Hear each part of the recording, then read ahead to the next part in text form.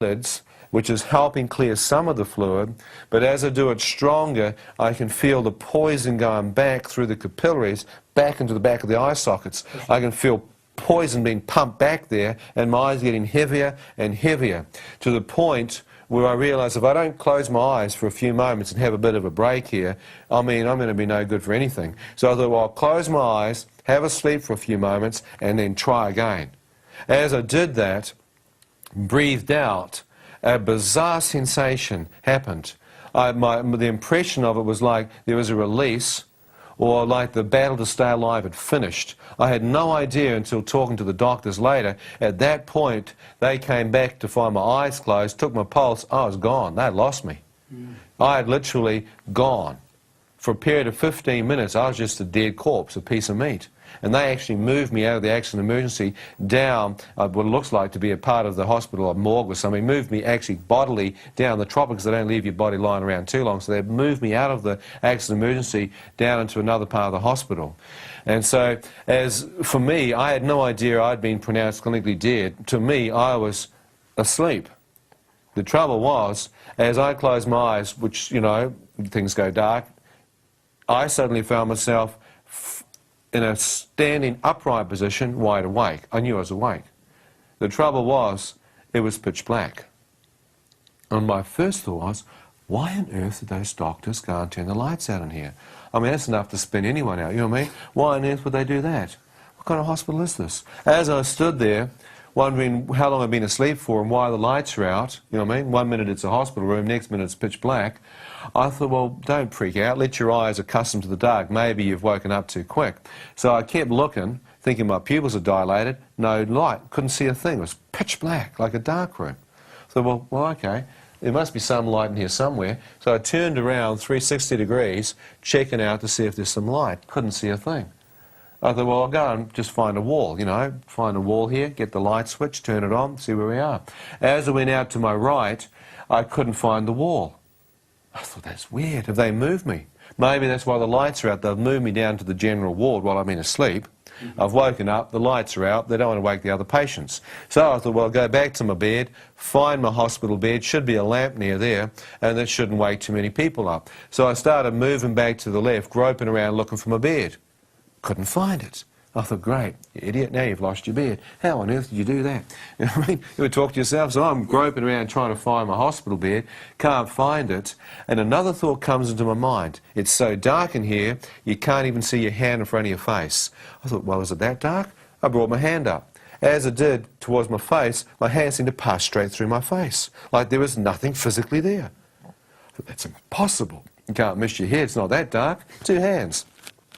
Brought both hands up to where my face should be, both hands seemed to pass straight through. So where's my arm, my body, my hands? As I went for different parts of where my human form should be, there was nothing physically there. It was like you're outside of your body. But before I could think too much about that, I'm thinking, well, what is this place? What's this darkness? As I stood there, I began to tune myself to it. I could sense the darkness had an evil presence, a cold, encroaching evil pervading the atmosphere. Like, it wasn't just physical, but there was a spiritual darkness, you know what I mean? Like, it was evil in there. And as I stood there, I began to sense something out to my right, looking at me. In front of me, I felt like invisible eyes of something or someone checking me out. You ever felt that? Ever kind of felt like when you're walking home at night, sometimes someone's checking you out and you get a bit of a chill through your spine? Well, you intensify that about 100 times over. I'm standing there sensing not only something, but there's something moving towards me. As I feel the movement in this darkness towards me, I move back. As I do, a man screams at me to the right, out of the midst of the darkness, and says this, "Shut up!" I went, "Shut up?" I said, "Nothing. What are you talking about?" You know, responding to him, I braced myself for a hit. As I did that, another voice of a man screamed at me to the left. He said, "You deserve to be here." "Deserve to be where? Where am I?" Another man in front of me. "You're in hell. Now shut up." Well, I don't believe in hell. I was an atheist. I believed hell was a religious trip put on people to scare them into their religion. I thought all religions are based in fear. If there was a hell, it'd be a party time. You know what I mean? The end jury headbang and stuff. You know what I mean? Sex and drugs and rock and roll. You know what I mean? I'm thinking that's what it'll be. Party time. Everything you can't do up here, you can get away with down there. I thought I'd rather be down there than up there in the clouds with a white sheet on, having some little... given a harp to play, you know what I mean, and some little fat baby with wings on firing arrows at me. I thought I'd rather be, you know, down here partying than up there in the clouds playing the harp or something. I mean, really. But see, both of those concepts just went out the window. I'm standing not down to party time with the lads. I'm standing here outside of my physical body. Pretty hard to grab your bear down there, isn't it? Right. Can't find your face. I mean, and jokes aside, you wouldn't want your worst enemy to go there.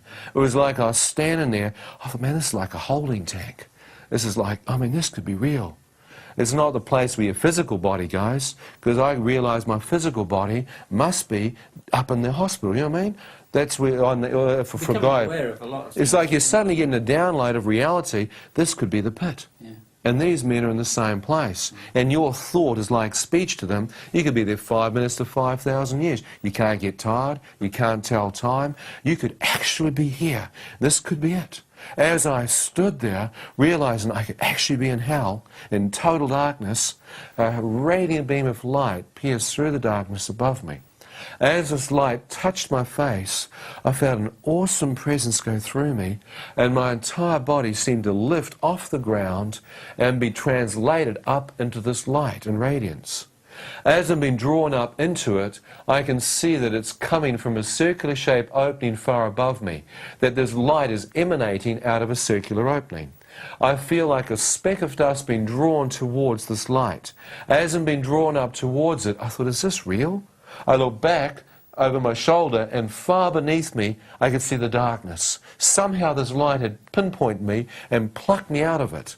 Still not understanding what this light was, I began to move up to the opening, enter it. As I was drawn into the opening, I could now see that it was a tunnel, circular in shape. As I looked along the length of it, I could see the source of the radiance.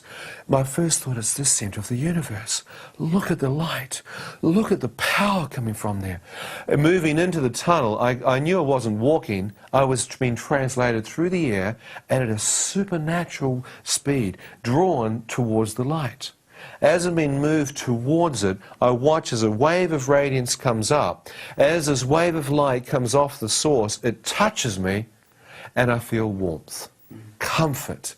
All that kind of fear and darkness just seems to go out of me, and I feel a living light go through me. As I moved through it, I thought in the darkness, I couldn't see my hand in front of my face. Maybe in this radiant light, I can see something. So I turned my head, you know what I mean, to look. As I looked to my right, I saw my arm, my hand outstretched, because I mean I've been drawn towards it. As I looked, my arm was transparent, full of light, totally full of radiance. I thought, that's bizarre. I'd stopped in the tunnel. I thought, I don't want to stop here. I want to see more. I don't know what's happened to me, but I want to see what's down there. As I continued to look back to the source of the radiance, I felt myself again move along the tunnel towards it. As I did, another wave of light came up. As this wave of radiance passed into me, joy, total joy, filled me. I thought, that's awesome. What am I going to see next is going to be the most incredible thing a man could possibly see. As I popped out of the tunnel, I watched now where the tunnel had constricted the size and diameter of the light I could see. I now had unrestricted access to the radiance. As I looked out, I could see I was standing in what appeared to be the center of the universe. All light and power seemed to be directly in front of me. Shafts of radiance came out from the central core. It was like a